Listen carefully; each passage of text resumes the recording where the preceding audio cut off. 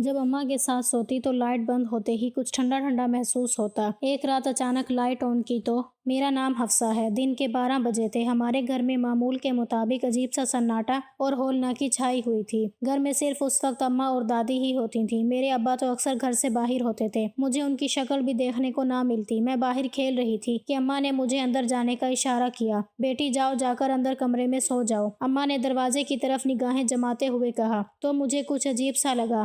اماں کوئی آ رہا ہے کیا؟ میں نے تجسس سے پوچھا تو انہوں نے میرے منہ پر انگلی رکھ دی۔ کوئی نہیں آ رہا، جاؤ، جا کر سو جاؤ، اماں نے مجھے کہا تو میں اندر والے کمرے کی طرف چلی آئی۔ تھوڑی دیر بستر پر لیٹنے کے بعد محسوس ہوا کہ باہر کچھ آوازیں آ رہی ہیں۔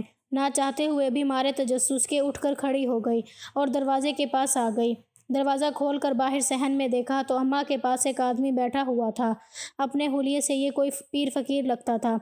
میں نے دیکھا اس کے پاس ایک بڑا سا ٹوکرا تھا اور وہ اماں کے کافی قریب بیٹھا ہوا تھا۔ وہ اور اماں ایک دوسرے سے باتیں کر رہے تھے۔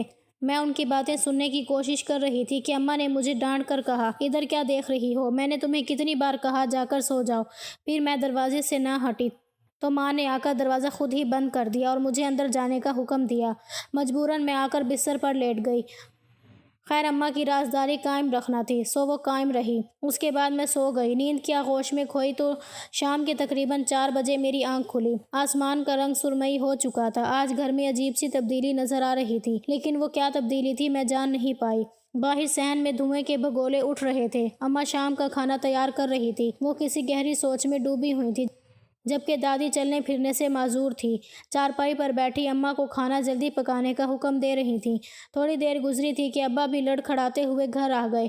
ان کے گھر آنے کا وقت یہی ہوتا تھا۔ گاؤں میں عموماً لوگ 9 بجے سو جاتے تھے۔ ابا بھی تقریباً سونے سے گھنٹہ پہلے ہی گھر آیا کرتے تھے۔ یہ تو ان کا معمول تھا۔ اماں کو میں نے کئی بار یہ کہتے ہوئے سنا تھا کہ ابا کو نشے کی عادت ہے، اسی لیے وہ گھر لیٹ آتے ہیں۔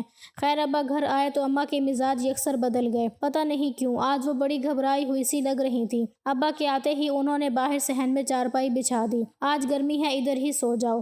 اماں کے کہنے کی دیر تھی کہ ابا چارپائی پر ڈھیر ہو گیا۔ اماں نے روٹی ان کے سامنے رکھی اور مجھے گھورنے لگی۔ یعنی اشارہ واضح تھا کہ میں بھی کھانا کھا کر اندر چلی جاؤں۔ مجھے آج سمجھ میں نہیں آ رہا تھا کہ اماں ہر وقت مجھے کمرے میں بند کیوں رکھنا چاہتی ہیں۔ خیر میں آ کر کمرے میں سونے کے لیے لیٹ گئی۔ تھوڑی دیر میں امی بھی فارغ ہو کر میرے پاس آ گئیں۔ انہوں نے آتے ہی کمرے کی بتی جلا دی۔ بیٹا آج تم یہیں سو جاؤ، انہوں نے شفقت سے میرے سر پر ہاتھ پھیرتے ہوئے کہا۔ ہاں امی، مجھے بھی اکیلے میں ڈر لگتا ہے، میں نے اپنی ماں سے لپٹتے ہوئے کہا۔ ایسے میں مجھے یوں لگا جیسے میرے پاؤں سے کوئی سرد سی چیز ٹکرا رہی ہو۔ اماں یہ ٹھنڈا ٹھنڈا کیا ہے؟ میں نے ماں سے پوچھا۔ کچھ نہیں ہے بیٹا، تو سو جا۔ اس کے بعد مجھے لگا جیسے کمرے میں کوئی کھٹ پٹ سی چیز موجود ہو، کچھ عجیب سا شور، کچھ ہلچل۔ اماں بتی جلا کر دیکھو، مجھے لگتا ہے کمرے میں چوہا ہے۔ ارے نہیں نہیں بٹیا، کچھ نہیں، تو سو جا، کہا ہے نا۔ اماں نے مجھے پیار سے بہلانا چاہا، لیکن میں اتنی آسانی سے ٹلنے والی نہیں تھی۔ خیر بڑی مشکلوں سے مجھے نیند آئی۔ صبح اٹھی تو گھر میں معمول سے بڑھ کر سناٹا تھا۔ ہمارا گھر تو پہلے ہی سائیں سائیں کرتا تھا۔ آج اٹھ کر دیکھا تو گھر سے اماں بھی غائب تھیں۔ کمرے میں کپڑے بکھرے ہوئے تھے، الماریوں کے پٹ کھلے ہوئے تھے، جبکہ کھڑکیاں دروازے احتیاط سے بند کر دیے گئے تھے۔ میں نے غور سے دیکھا، کمرے کی فرش پر عجیب طرح کی ایک کالک سی لگی ہوئی تھی۔ ایسا لگ رہا تھا کوئی کبڈی کھیل کر گیا ہو۔ باہر صحن کا بھی یہی حال تھا، ہر چیز بکھری ہوئی تھی۔ گھر کچھ عجیب سا لگ رہا تھا۔ ایک لمحے کو مجھے وحشت ہوئی۔ دادی تو معذور تھی، وہ ہر وقت چارپائی پر ہوتی تھیں۔ آج جا کر دیکھا تو وہ بھی کہیں نظر نہیں آ رہی تھیں۔ مجھے سخت حیرت ہوئی۔ میں اماں کا انتظار کرنے لگی۔ ابا تو صبح ہوتے ہی گھر سے نکل جاتے تھے۔ ڈر اس بات کا تھا کہ باہر کا دروازہ بھی کھلا ہوا تھا۔ اف خدایا، کوئی جنگلی جانور آ جاتا تو کیا ہوتا؟ میرے دل نے سوچا۔ جھٹ سے دروازہ بند کر دیا۔ میں اماں کا انتظار کرنے لگی۔ مجھے سخت بھوک لگی تھی۔ تھوڑی دیر کے بعد اماں گھر میں داخل ہوئی تو وہ بہت خوش لگ رہی تھیں۔ ان کے چہرے سے اطمینان چھلک رہا تھا۔ مجھے دیکھتے ہی کہنے لگیں، بیٹی تو تیار ہو جا، آج میں تجھے اچھے کپڑے پہناؤں گی اور تجھے تیری پسند کا کھانا کھلاؤں گی۔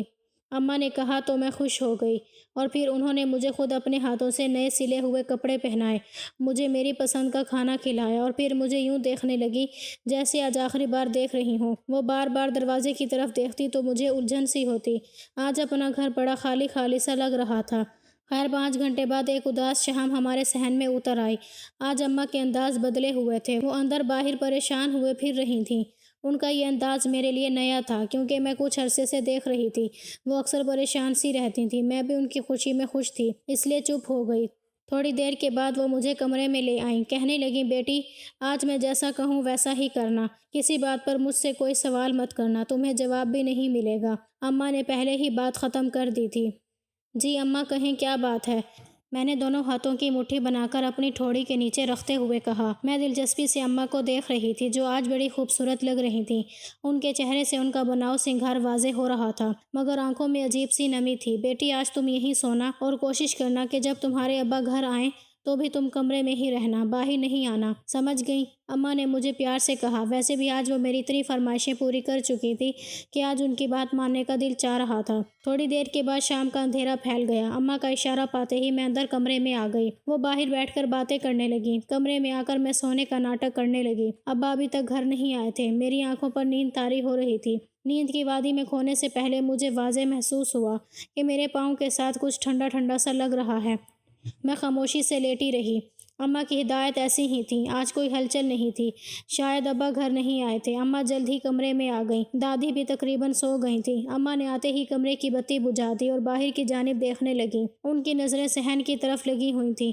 میں بار بار ان کی بے چینی دیکھتی کیونکہ میں نیند سے کب کی بیدار ہو چکی تھی۔ اماں کا بے چین رویہ مجھے بھی پریشان کر رہا تھا۔ وہ مجھ سے کئی دنوں سے بات تک نہیں کر رہی تھیں یا شاید انہیں میری پریشانی کا اندازہ نہیں تھا۔ اسی سب کے بیچ میں مجھے نیند آ گئی اور میں نے آنکھیں موند لیں۔ ابھی مجھے سوئے ہوئے تھوڑی ہی دیر گزری تھی کہ کمرے کے اندر کسی کی آہٹ کا احساس ہوا۔ میں ہڑبڑا کر اٹھ بیٹھی اور کمرے میں آنکھیں پھاڑ پھاڑ کر ادھر ادھر دیکھنے کی کوشش کرنے لگی۔ اتنے میں ٹارچ کی تیز روشنی میری آنکھوں سے ٹکرائی۔ میں نے ٹارچ کی روشنی میں دیکھا، ٹارچ پکڑنے والا ایک لمبا چوڑا آدمی تھا۔ میں اسے پہچان نہیں پائی۔ اس سے پہلے کہ میں چیخ مارتی، اماں نے آگے بڑھ کر میرے منہ پر ہاتھ رکھ دیا۔ میں بول بھی نہیں پائی۔ انہوں نے بڑی مشکل سے مجھے اپنی گود میں اٹھایا اور اس آدمی کو کچھ اشارہ کیا۔ وہ آدمی میرے بیڈ کی جانب بڑھا جہاں پر میں سوئی ہوئی تھی، جہاں مجھے ٹھنڈا ٹھنڈا محسوس ہوا تھا۔ وہ شخص وہیں رک گیا اور مجھے اماں اٹھاتی تیزی سے کمرے سے باہر بھاگی۔ اماں کی اس حرکت نے مجھے حیران پریشان کر رکھا تھا۔ اماں بھاگتے ہوئے دروازے تک آئی تو سامنے سے ابا آتے نظر آئے۔ ابا کی چال آج بھی لڑکھڑا رہی تھی۔ ابا کو دیکھتے ہی اماں حواس باختہ ہو گئیں۔ مجھے لے کر جلدی سے اندر کی طرف بھاگیں کہ اتنے میں وہ آدمی باہر آ گیا۔ اماں پھر سے باہر کی جانب بھاگیں۔ باہر ایک پرانی سی گاڑی کھڑی تھی۔ اماں نے اب میرے منہ سے ہاتھ ہٹا دیا تھا۔ اب اس حد تک میں بھی صورتحال کو سمجھ گئی تھی کہ چپ بیٹھی رہو۔ اماں مجھے لے کر گاڑی کی پچھلی نشست پر بیٹھ گئیں اور وہ اپنی گاڑی چلانے لگا۔ گاڑی روڈ پر چلنے لگی۔ گاڑی کی لائٹ میں نے آخری بار ابا کا چہرہ دیکھا تھا۔ وہ شاید بھاگتے ہوئے ہماری گاڑی کی طرف آ رہے تھے لیکن شاید وہ بہت پیچھے رہ گئے تھے۔ تقریباً 1 گھنٹہ گاڑی چلتی رہی۔ اس کے بعد ہم ایک تنگ سی گلی میں داخل ہو گئے۔ اب گاڑی کے اندر جانا مشکل تھا۔ تب وہ آدمی جیپ سے اترا اور اماں کو بھی اترنے کا کہا۔ اماں مجھے لے کر آگے آگے چلنے لگیں۔ یہ کون سی جگہ تھی جہاں پر میں کسی کو نہیں جانتی تھی؟ یہاں پر گھر بھی بڑے بڑے تھے اور لوگوں کی طرز زندگی بھی۔ اماں مجھے لے کر اسی طرح کے عالی شان بنگلے میں داخل ہو گئیں۔ آج کے حساب سے وہ مجھے ایک معمولی سا گھر لگتا ہے لیکن جیسے اس زمانے میں ابا کا گھر ہوا کرتا تھا اس کے مقابلے میں یہ گھر کسی بنگلے سے کم نہیں تھا۔ اب یہ رات کا آخری پہر ہوگا۔ ہم لوگ گھر کے اندر آئے تو اماں نے مجھے آتے ہی ایک نرم گرم بستر پر لٹا دیا جو اتنا ریشمی تھا کہ مجھے اس پر لیٹتے ہی نیند آ گئی۔ اس کے بعد مجھے کچھ ہوش نہیں رہا۔ صبح کو میری آنکھ کھلی تو اماں میرے پاس ہی بیٹھی ہوئی تھیں۔ وہ مجھے غور سے دیکھ رہی تھیں۔ اپنے پہلو میں اماں کو دیکھ کر سکون کا ایک احساس میرے دل میں اتر گیا۔ اماں ہم کہاں آ گئے ہیں؟ میں نے حیرت سے پوچھا تو وہ مسکرا کر بولی، بیٹا فکر نہیں کرو، ہم جہاں بھی آئے ہیں ہمارے لیے یہی بہتر ہے۔ انہوں نے یہ کہہ کر مجھے اٹھایا۔ ان کی بات میں سمجھی نہیں تھی۔ خیر یہاں پر آ کر مجھے پتا چلا کہ زندگی اتنی حسین بھی ہو سکتی ہے۔ یہاں پر لوٹے سے پانی استعمال کرنے والا نظام نہیں تھا بلکہ واش روم اور ہر جگہ پر نلکے لگے ہوئے تھے جن میں خود بخود پانی آتا تھا۔ میں گاؤں کی زندگی کی ستائی ہوئی تھی۔ اگرچہ میری عمر اس وقت 10 سال تھی مگر پھر بھی میں زندگی کی آسائش کا لطف اٹھانے کی حیثیت رکھتی تھی۔ یہاں آ کر میں بہت خوش تھی۔ ابا سے تو میں پہلے بھی نہیں ملتی تھی، وہ بھی مجھ سے کوئی بات نہیں کرتے تھے۔ میں ابا کا چہرہ رات گئے تک ہی دیکھ پاتی تھی جب وہ لڑکھڑاتے ہوئے گھر آتے تھے یا پھر صبح سویرے جب وہ گھر سے نکل رہے ہوتے۔ اس کے علاوہ میرا ابا سے کوئی رشتہ کوئی تعلق نہیں تھا۔ مجال ہے جو انہوں نے مجھے کبھی ایک بار بھی پیار کیا ہو۔ میں دن رات اسی طرح تڑپتی رہتی تھی، کوئی میری تنہائی مٹانے والا بھی نہیں تھا۔ خیر یہ محل بڑا خوبصورت تھا، یہاں کے لوگ بڑے سلجھے ہوئے لگتے تھے۔ اب میں نے محسوس کیا تھا کہ اماں ہر وقت میرے ساتھ ہی ہوتی ہیں۔ جس اجنبی کے ساتھ ہم یہاں آئے تھے وہ بھی کبھی کبھی اس گھر کا چکر لگا لیتا۔ اب میں انہیں عباس انکل کہنے لگی تھی۔ تقریباً کافی دن گزر جانے کے بعد امی نے مجھ سے کہا کہ اب سے تمہارے پاپا عباس ہیں۔ یہ سن کر مجھے خاصی حیرت ہوئی، مگر پھر بھی ان کی بات ماننا پڑی۔ میں عباس انکل کو عباس ابو کہنے لگی۔ اسی دن شام کو ہمارے گھر کچھ آدمی آئے۔ ان میں سے ایک مولوی صاحب تھے، جبکہ 5-6 لوگ اور بھی تھے۔ ان میں ایک عورت بھی تھی جو بار بار اماں کو گہری نظروں سے دیکھ رہی تھی۔ تھوڑی دیر کے بعد ایک مولوی صاحب تشریف لائے۔ انہوں نے آتے ہی دعا کرنا شروع کر دی، اور کچھ لمحوں کے بعد وہاں بیٹھے مہمانوں کی زبانی مجھے پتہ چلا کہ اماں کا نکاح اس انسان سے ہو گیا تھا۔ اس بات نے مجھے حیران کر دیا۔ اس وقت میں شادی کا مفہوم تو نہیں سمجھتی تھی، لیکن اتنا جان گئی تھی کہ اماں نے مجھے یہ کیوں کہا تھا کہ اب میرے ابو عباس انکل ہیں۔ خیر میں یہاں پھر بھی خوش تھی، کیونکہ زندگی کی ہر آسائش مجھے میسر تھی۔ اماں مجھ پر خاص توجہ دینے لگی تھیں۔ عباس انکل مجھے خوش رکھتے تھے۔ میں اس گھر میں اپنی زندگی بھرپور طریقے سے جی رہی تھی۔ اماں مجھے باہر کھیلنے کے لیے جانے کی اجازت نہ دیتی، مگر میں کبھی کبھار چھپ کر باہر نکل جاتی۔ ایک دن یوں ہی گلی میں گول گپے لینے گئی۔ واپس آ رہی تھی کہ ایک تیز رفتار گاڑی میرے پاس آ کر رکی۔ اس گاڑی میں سے ایک آدمی نکلا جو کچھ جانا پہچانا سا لگ رہا تھا، لیکن میں نے اس آدمی کو کہاں دیکھا یہ میں نہیں جانتی تھی۔ مجھے کچھ دھندلا سا عکس ذہن میں یاد آ رہا تھا۔ بہرحال میں اس کی طرف حیرت سے دیکھ رہی تھی کہ وہ آگے بڑھا اور میرے ننھے سے وجود کو اپنے ہاتھوں سے مضبوطی سے پکڑ کر گاڑی میں بٹھا دیا۔ میں بلکتی رہ گئی، مگر اس نے میری ایک نہیں سنی۔ میری نگاہوں نے آخری منظر یہ دیکھا کہ دروازے کی اور سے جھانکتے چیختی میری ماں مجھے دیکھتی ہی رہ گئی، اور وہ آدمی گاڑی میں بٹھا کر مجھے وہاں سے لے گیا۔ راستے بھر میں چیختی چلاتی رہی، اس سے پوچھتی رہی کہ تم کون ہو، مجھے کہاں لے کر جا رہے ہو، مگر اس نے مجھے کچھ نہ بتایا۔ تقریباً 3 گھنٹے کی مسافت کے بعد یہ گاڑی ایک خوبصورت سے گھر کے سامنے رکی۔ یہ گھر اس گھر سے قدرے بہتر تھا جہاں ہم رہا کرتے تھے۔ آدمی مجھے شفقت سے اندر لے کر گیا۔ اس نے مجھے کچھ خواتین سے بھی ملوایا۔ ان لوگوں نے مجھے بہت پیار کیا۔ بعد میں مجھے بتایا گیا کہ یہ میرے اپنے ہی ہیں، میرے رشتے دار، یعنی کہ میرے تایا کا گھر ہے۔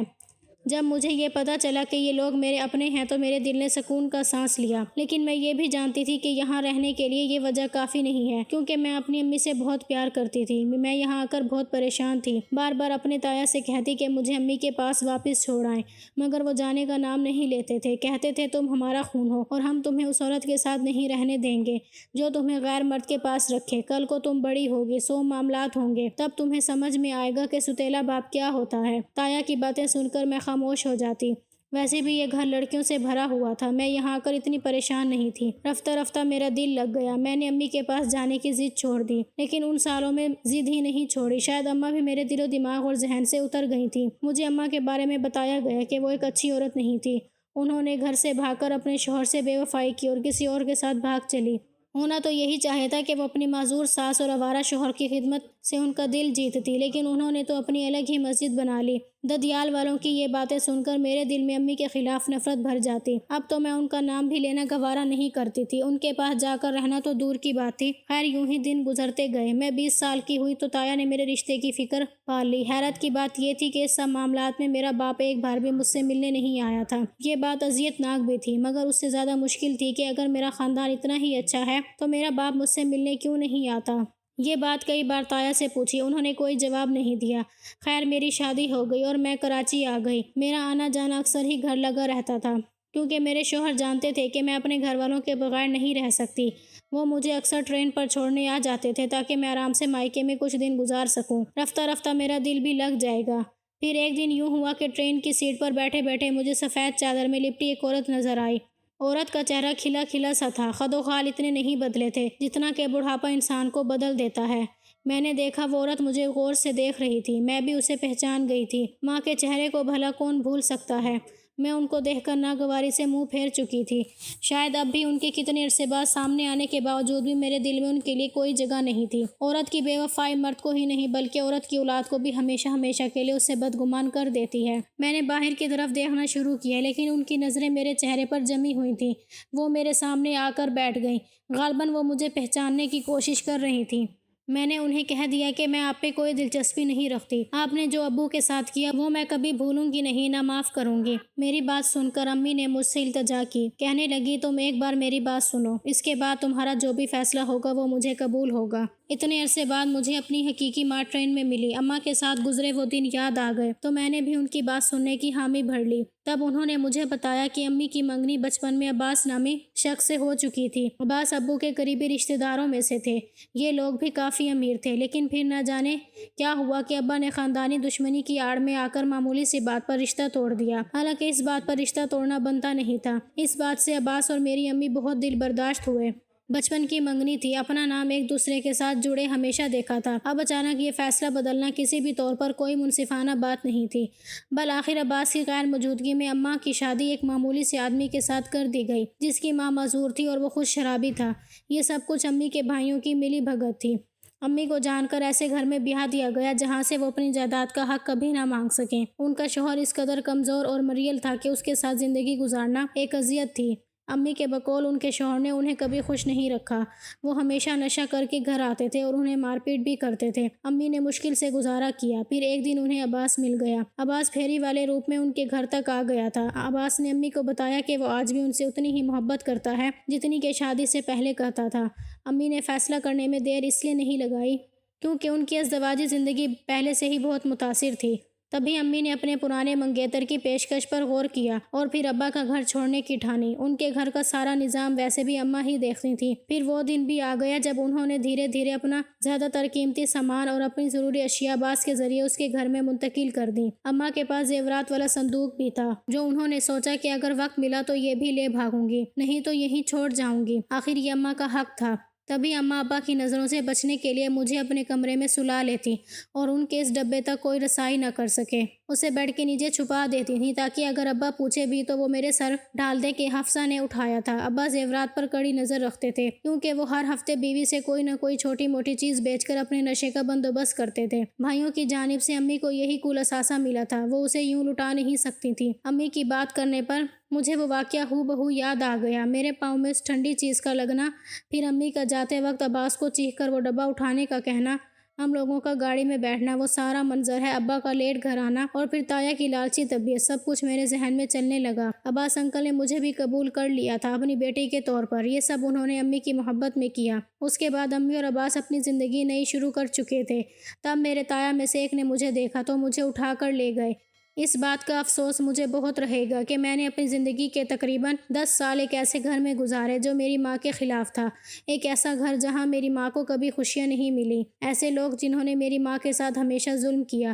لیکن کیا کروں، اب تو میں اپنے ہی گھر کی ہو چکی ہوں۔ اپنی ماں کی کہانی سن کر انہیں دل سے معاف کر چکی ہوں، مگر پھر بھی میرا دل آج بھی مجھے ملامت کرتا ہے کہ میں اتنا عرصہ انہیں کیوں قصوروار سمجھتی رہی۔